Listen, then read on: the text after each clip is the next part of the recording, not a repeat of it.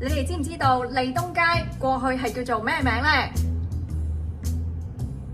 係咩咧？點解唔答嘅？前利東街係利 didn't街。拜拜。啊，好滿意啊我。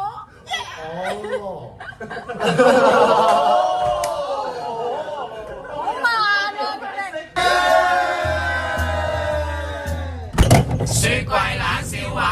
小明媽媽帶小明去睇醫生，因為小明成日都話自己係一隻長頸鹿。咁醫生就問佢啦：你幾時開始覺得自己係一隻長頸鹿呢？小明就答：從我係細長頸鹿嘅時候。有人俾5分。，nice。雪櫃冷笑話。相信大家都聽過龜兔賽跑嘅故事。兔仔因為輕敵瞓着咗，所以烏龜贏咗個比賽。兔仔好唔忿氣，於是咧佢就同烏龜再嚟多次比賽，但係結果都係烏龜贏咗。點解咧？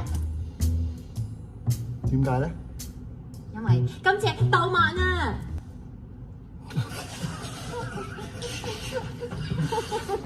拜拜。